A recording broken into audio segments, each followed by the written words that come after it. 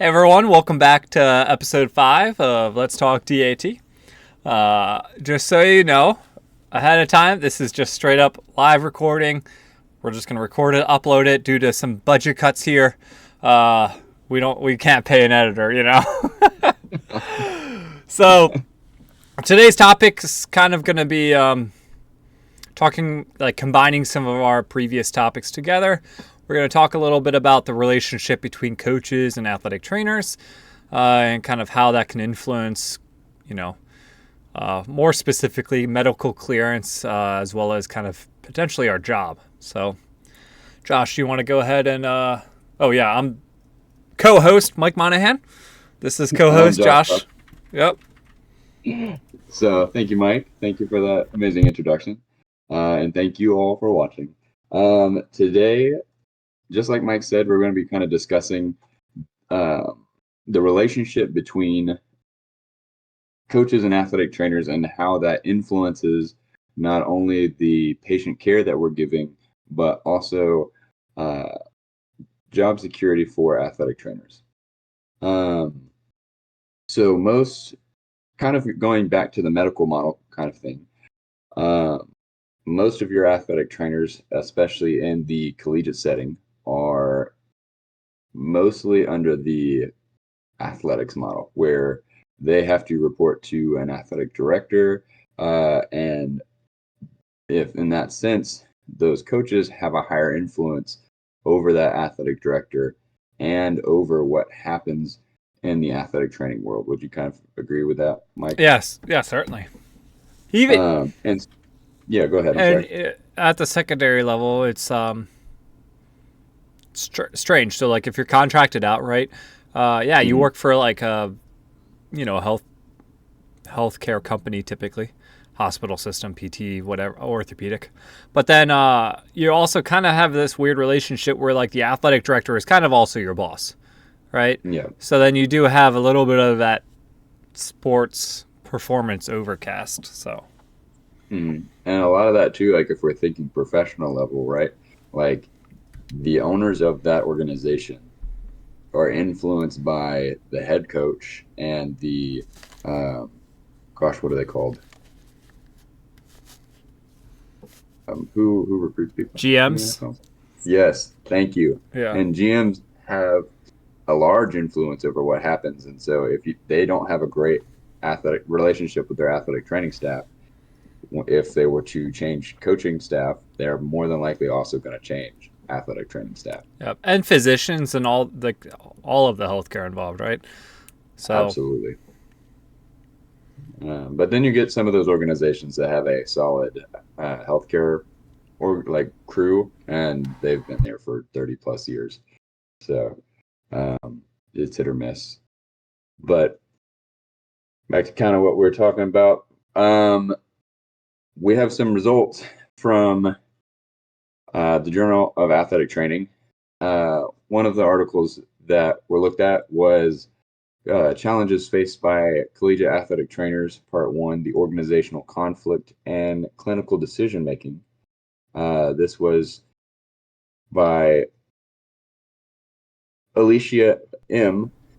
et al. And a bunch of other people. So, what year was that produced? So this give enough. Yes.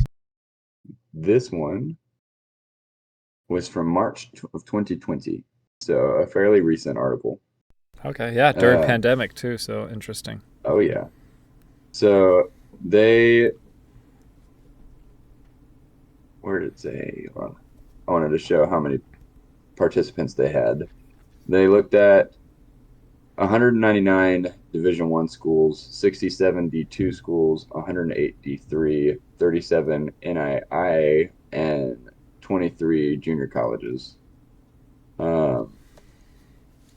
And kind of what they found is that compared with other athletic trainers, they said NCAA Division I athletic trainers felt that their coaches had a greater influence on job performance as well as job security. And they said the pressures that the ATs faced from coaches to allow athletes to play before they were comfortable did not differ across any athletic affiliations. So this didn't change between any level of collegiate athletics. Then it says across collegiate affiliations, athletic trainers face pressures from coaches to let student athletes play before they were comfortable. It says visibility of the injury and other situational factors influence the level of pressure perceived. Now, obviously, this is all collegiates, but how does that make you feel from a high school athletic training Well, perspective, Mike? I think it's also key to say it's perceived, right? Sorry, my camera is Mm-hmm. blurry. I got to fix this. That's okay. There we go. Um, so I think it's key to say it's perceived, right? Yeah. I'm not victim blaming at all, right? But it's important to understand situations that you're in, right? So that you can Mm-hmm. change it. So like if we have a bias of clearing somebody earlier because of the Yeah. coach, we can acknowledge that and kind of try to improve that. And that's part of the reason we're doing this, right? Right. Um, Right. so, like not only acknowledging it, but then taking action afterwards is key. How I feel about this at the secondary school level, oh man, it varies a lot, I think, at the high school level. Oh yeah. I think that since we're on our own and we're on our own, we're the only athletic trainer there, I think Yeah. it can we can get persuaded by coaches very easily because we can almost see them as like our co-workers, right? But Mm-hmm. then, and it depends on the coaches, right? Or is a coach like, all right, they got to play, or is it a high school coach that's like, this is definitely like an addition to the school. You know what I mean? Like Yeah. an addition to the education, right? So like the student athlete, like student comes first, right? So, and I think for most of my environments, that's been more so the case, and the athletic director is actually the one that usually backs me if there is Yeah. an issue. But never really had issues. I know, uh, based off perception though, it's like if you're a first year athletic trainer, right? Like you might not have that confidence to really confront somebody like, hey, like they're not okay to go back in the game. No, I'm not sure if it is a concussion or not, but because I'm a little worried about a concussion, I'm going to hold them out to be safe, you know? Yeah.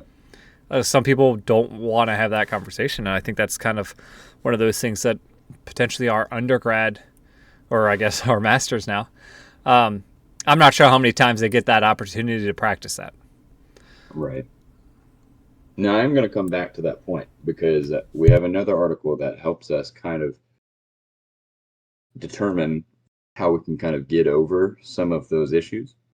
But I wanted to talk about the what it said in that article about the visual injury, like the fact that like a concussion you can't see, or other things happening in the body. Like today, we had somebody at practice who took a shot to the ribs. You couldn't see that there was a contusion there at first, and so like coaches are coming by, like just get up, quit being soft, and you have a kid who's laying on the ground unable to breathe because he just took a shot to the ribs, and Yeah. so you're like But guess having to what? tell the coach, If they were spitting up some blood, then coach would be like, ooh, actually, yeah.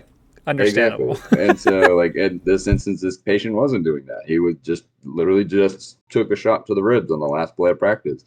But another patient at a game 2 years ago broke his leg and had a open fibula fracture.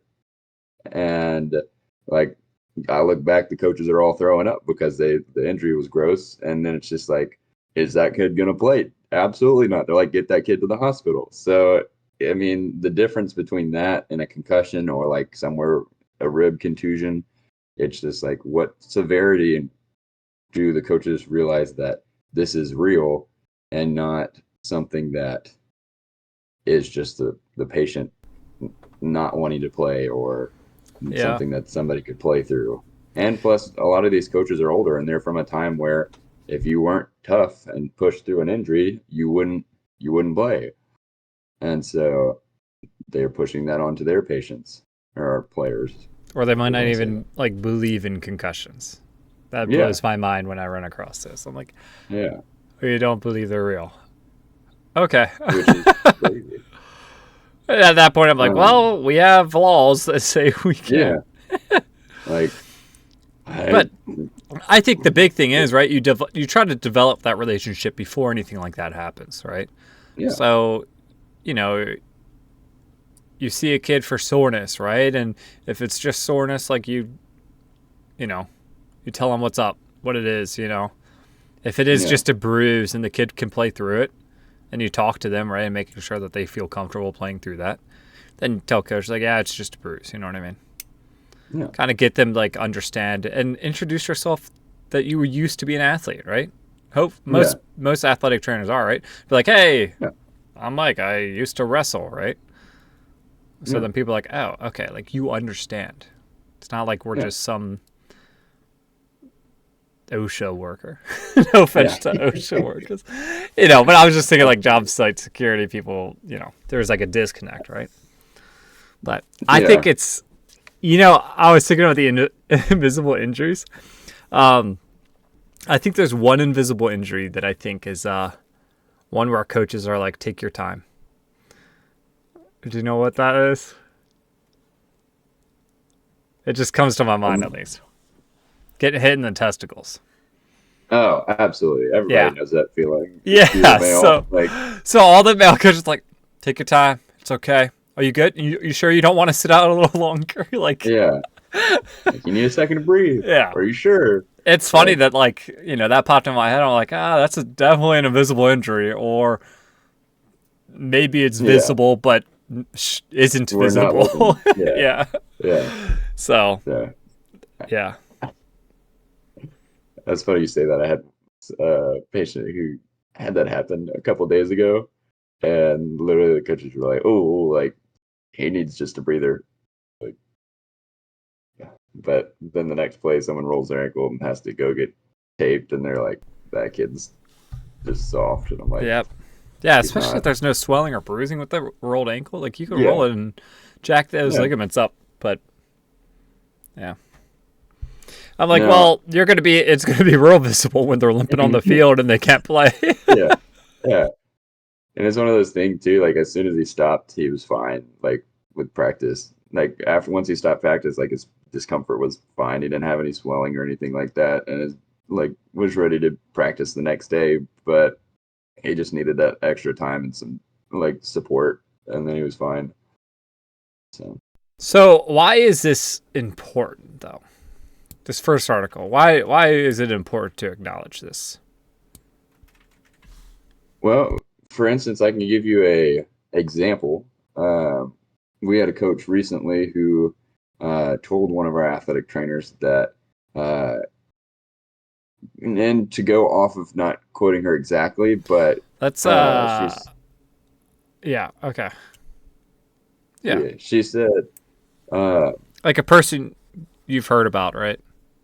yeah, yeah, I'm not gonna Yeah. give any names or anything like that, but I don't remember word for word what she said, but it was along the lines of if you were at any other college, uh, if the coaches didn't like you, you would be gone. And it's the fact that this college coach told an athletic trainer that if you were not liked, then the coach would fire you or you coach would get you fired. Yeah. And so that's not just at this school, it's at lots of schools Oh yeah. across the country. Well, coaches get And pressured to win, right? Because yeah, that generates more money, and then money is motive for everybody. yeah. So And it's it's like if the coaches don't have control too, like I feel like it's a control aspect too sometimes. Like if so the coach can't, I was going to ask you. So like, how can you give them the facade that they have control? I mean, that's why we do injury reports with coaches, right? So Mm-hmm. that they understand like where a patient is in their rehabilitation process, but in like a HIPAA compliant way, right? Like you're not giving details that are more than what the patient has allowed you to say, but you're also like allowing that coach to kind of be one in that recovery process and like ask questions. Like when can this person be back, or how can we progress this faster, or like what am I expecting of these patients? And so you can kind of, in a way, put them into what feels like a decision making process, even though they don't actually influencing decision making in a way. Um, Yeah, I would agree with that. I think so.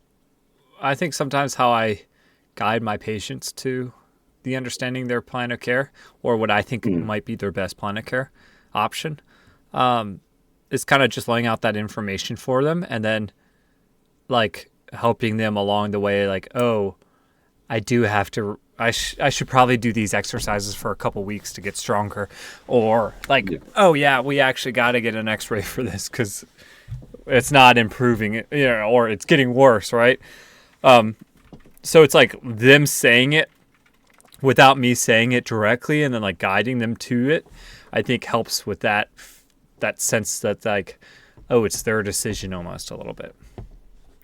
yeah, I think, now that you mentioned the whole like report, like injury reports and stuff, I wonder how it differs for secondary school setting because like we refer out to doctors a lot, and then they'll have a doctor's note. And a lot of times coaches want that doctor's note as well. yeah, I don't give that to them. Like right, the kid or the parent will give that to them. I'll tell them like every time they hand me one that has ink on, I'm like, let's make a copy for me so that I'm not taking your only copy. right, But like, like then they get the coach gets the same note, right? And then the coach actually like it's off my hands. Like, you saw the doctor's note. It said 2 weeks. They're out. I'm like, yeah, they that's a doctor. I have no, I can't fix that. yeah, I will remind them though, like just because they get cleared by the doctor, they also have to get cleared by me. yeah, So, and luckily, just having that conversation up front helps that. But I do think yeah, initially it helps a little bit with the process. And I think, in my opinion, most coaches are not a-holes, right?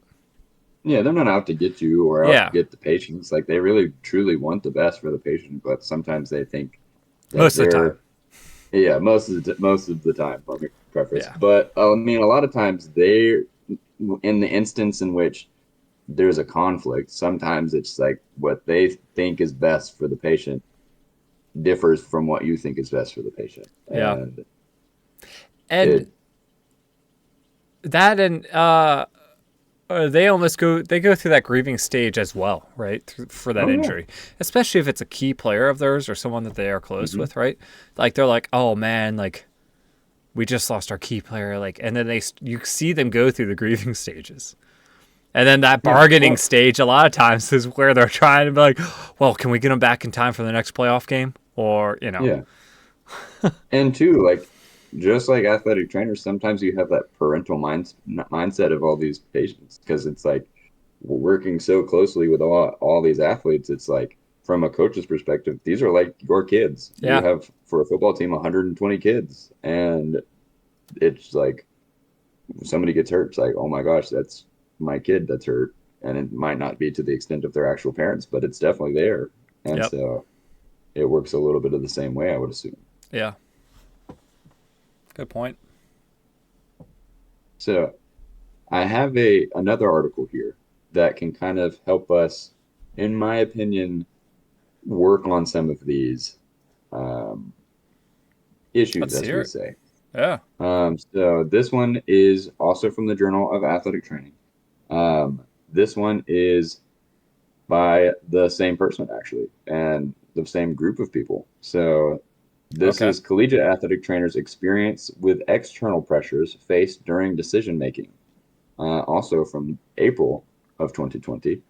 Um, and so if we go to the key points, it talks about responding athletic trainers indicated that pressure from coaches was an expected and inherent part of the job, meaning that no matter what part it is, it's always going to be something that's part of the job. Much of the pressure ATs faced resulted from coaches' eagerness to return athletes to play as quickly as possible after an injury. It says common strategies athletic trainers discussed for mitigating pressure were effective communication, including providing rationales for medical decisions and establishing rapport with all stakeholders. So, to take away from that right there is to mitigate pressure or to relieve or change where that pressure is, creating a good communication between yourself and the coaches or yourself. And when it says stakeholders, that could be your athletic director, that could be your higher ups, depending on what model you use. Um, and then including them uh, in the rationales, not only of including them in medical decisions, but also why you're doing it. So don't just Yeah. say, I'm taking this person out, but I'm taking this person out because they're having these symptoms, because there's something more going on. Yeah. And understanding, I think, right? Part of that is Mm-hmm. understanding, so influence, right? And persuasion, right? So Mm-hmm. Josh, if you're the coach, right? And you're a performance focused coach, right? I might be like, listen, like maybe back in the day they'd be able to do it, right? They could probably run Yeah. from a bear if they need to, maybe. Yeah. But they're not going to be performing as well as they should be. You know what I mean? Like Absolutely. catering it a little bit to each person, right? Like, oh, athletic director. Yeah. Why aren't they playing? Because do you want a lawsuit of a concussion playing? You know, like, Yeah. Yeah. And I mean, you got to think of it too. Coaches aren't healthcare professionals, so their health literacy level is not to the level of yeah, the athletic trainers. And so giving them that background on what that injury is, because they might not even know what it is. yeah, Like a pars fracture. Like we had yeah.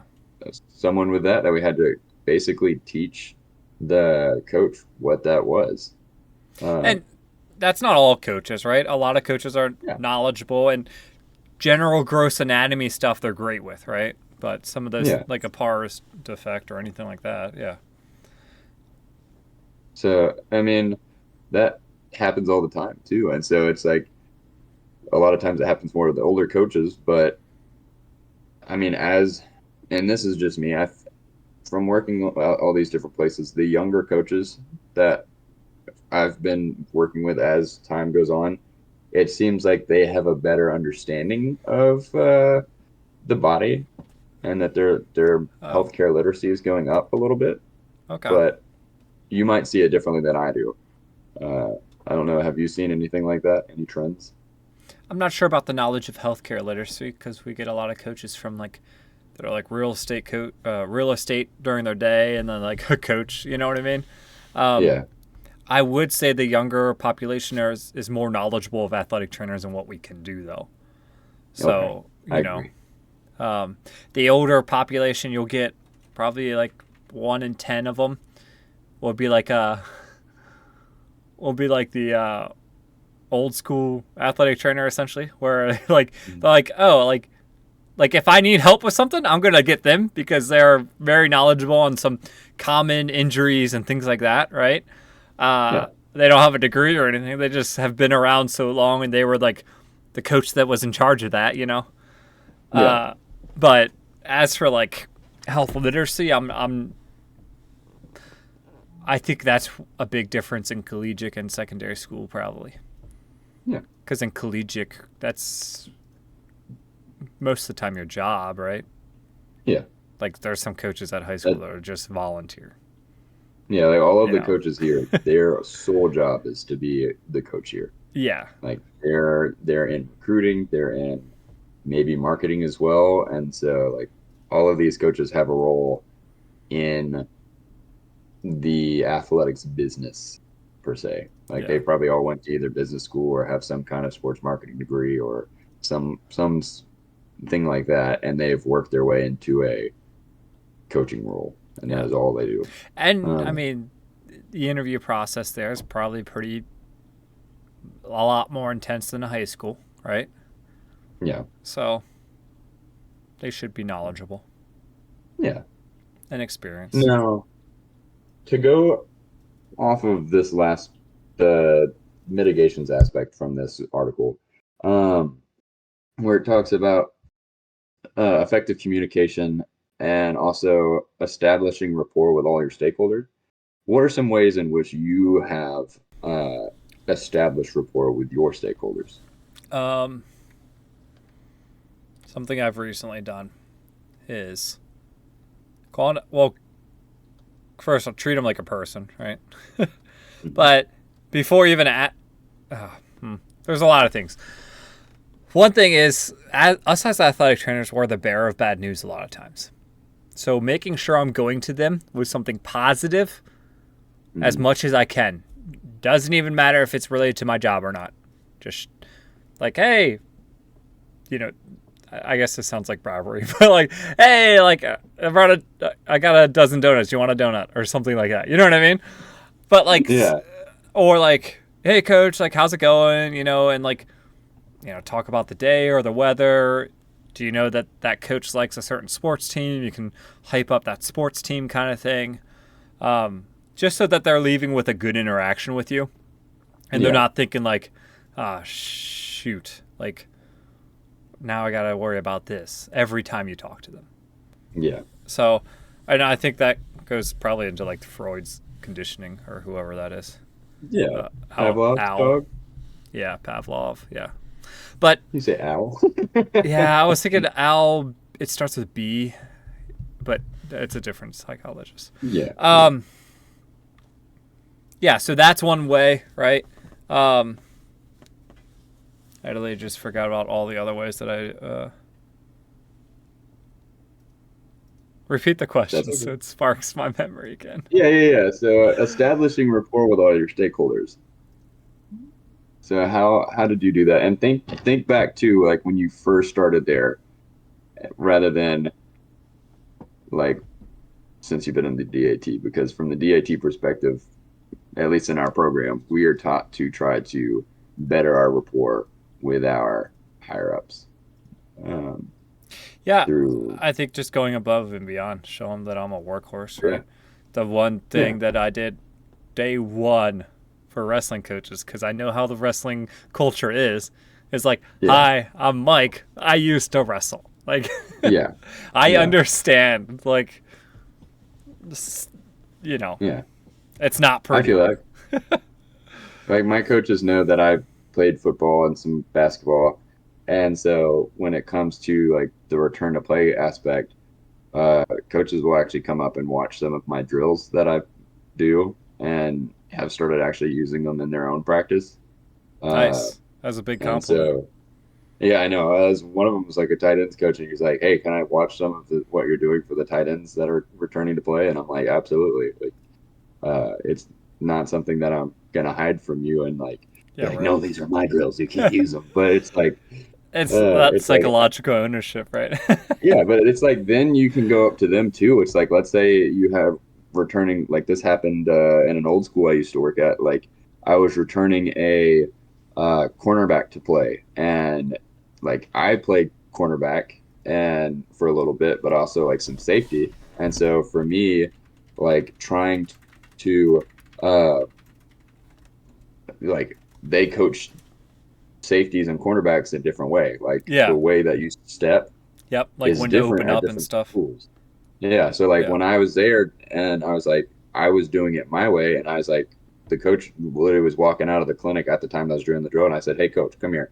I was like, "I want you to look at this drill and tell me like obviously we're doing a drill to get them to return to play, but I want to make sure that I'm teaching them the way you want it to be taught."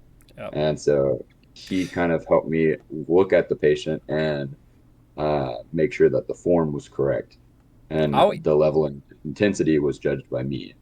Yeah, I'll even a lot of times allow them to like, coach, this is what I need from them. Can you Hmm. think of some exercises to do? And just, Yeah, like, hey coach, like, well, I guess it's a little different because I might be at like five different practices at yeah, once. But yeah, I'll be like, hey, this is what we need to test him on. I don't want him going above this or whatever, you know. yeah, And then they feel like, you trust them, right? There's that trust involved, right? Yeah. Like, okay, I trust you, you trust me. We slowly build off of that, right? So Yeah.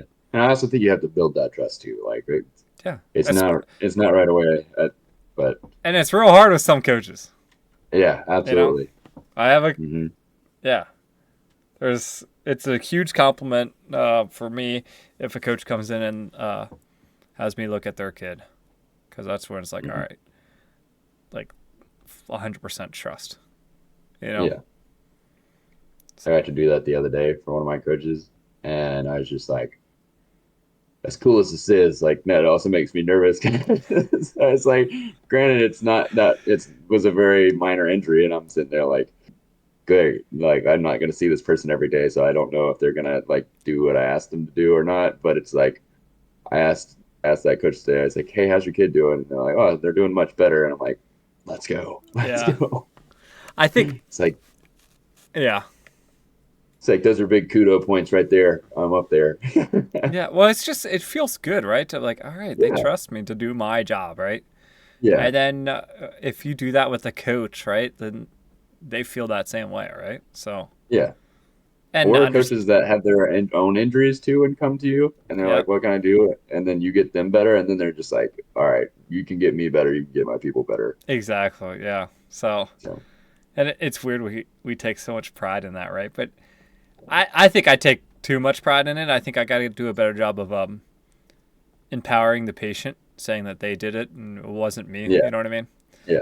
I've been working on that, but yeah, I think. Still feel good in here though. Feel Oh good in yeah, here.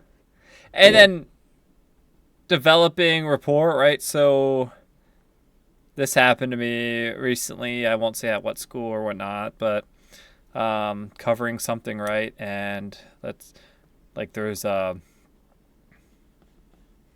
like a storm, right? So, I call Mhm. lightning and stuff, and then they're talking about rescheduling. And we have a shortage right now where I work at, right? So we're at Yeah.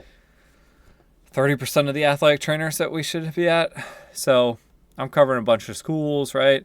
And the athletic director was like, I'm not playing this game without an athletic trainer because that's how Yeah. important they are. Yeah. And uh, it just felt really good to hear that, right? And Yeah. then like seeing them tell the coaches that, right? But like, this is how important they are. We will not play this game without them, Yeah. you know? And I think, and part of that is because of the reputation I developed with that athletic director, but also the athletic trainer before me had a good relationship with them, right? So, Yeah. and it builds off, right? So when you're going into a situation where the athletic trainer before you might not have been as good of a match, right, with the coach, Yeah. you might have to work harder to develop that because there's a little bit of distrust now for the Absolutely. profession. And So, that's hard to overcome too. Like yeah, if a coach had a bad, or even the athletes, if the athletes patients had a poor relationship with a previous athletic trainer, like they're either going to all of a sudden love you if you have a better one, but it's also harder to build that relationship and trust with those people. yeah, it is. So um, no, So I don't think I have any. No, I'm sorry. Go ahead. I was just going to kind of start wrapping this up a little bit. Yeah. So is I. I was gonna say I think that's what you're doing. This a blooper reel? Is this what we're doing now? Live blooper reel? Dude, I wish our editor would put in music. um, yeah, I was just gonna say. So I think the important thing is right that to acknowledge that there are situations right where coaches have a lot of say and athletic directors and stuff like that have a lot of say in our job, right? That being said, we arguably have more say in our job because Yeah. of how we act, how we perform, right? Documenting things, right? Acknowledging these biases, right? Or Mm, influences, I guess, would be more appropriate. But, understanding, not being afraid to like put your foot down, which is a lot easier said than done. You can get yourself a hype man if you want. Call me up. I will hype you up so you can make that phone call or talk to coach, Be like, no, they're not playing, I will hype you up. But yeah. It's like, who is this guy? You Just know, Michael Monahan. yeah. And if you have to, just think about it in like a legal stance, right? Like if this was to go to court, do I feel comfortable with presenting how I solved this case, right? Mm-hmm. If you don't feel comfortable with it, don't do it. Coach can get mad all they want. Mm-hmm. Most of the time, it's shortly lived, anyways, and it's not at you, right? Right. Absolutely. So, but yeah, I think that's everything. Yeah. Every, Thank you everybody for watching. I was like, this is a build up. I was like, yeah, so as you're watching this podcast, know that every episode thus far leads to this moment. And every yes, moment after that is leads to you.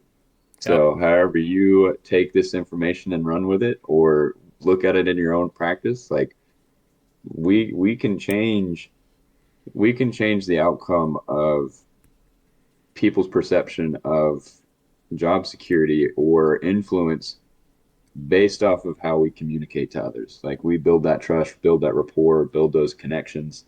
That lessens the pressures that we feel as athletic trainers from outside sources. And it's not going to be perfect everywhere, but we can make it a better place if we start with better communication. Wouldn't you agree? I'm sorry, what I wasn't listening. Just kidding. Yes, I agree. Better communication, right? Which includes listening. Um, Mm-hmm. so yeah, talking about communication, feel free to comment on this, right? Um, Originally, we kind of designed this to be the last episode, but if we get a lot of feedback and stuff, we might continue this, Yeah. especially if people want to reach out beyond this show, right? What Yeah. have you. Josh and I are also going to be starting up a different podcast. Um, it's a We don't little have a bit, name yet. yeah, Yeah. it might be no name. Yeah. But, so keep an eye out for that. But thanks everybody for watching and, Yeah. be you. Have a wonderful day. Yeah. Keep being you. Peace. Peace. Dang, I almost just hung up and I'm stopping recording now.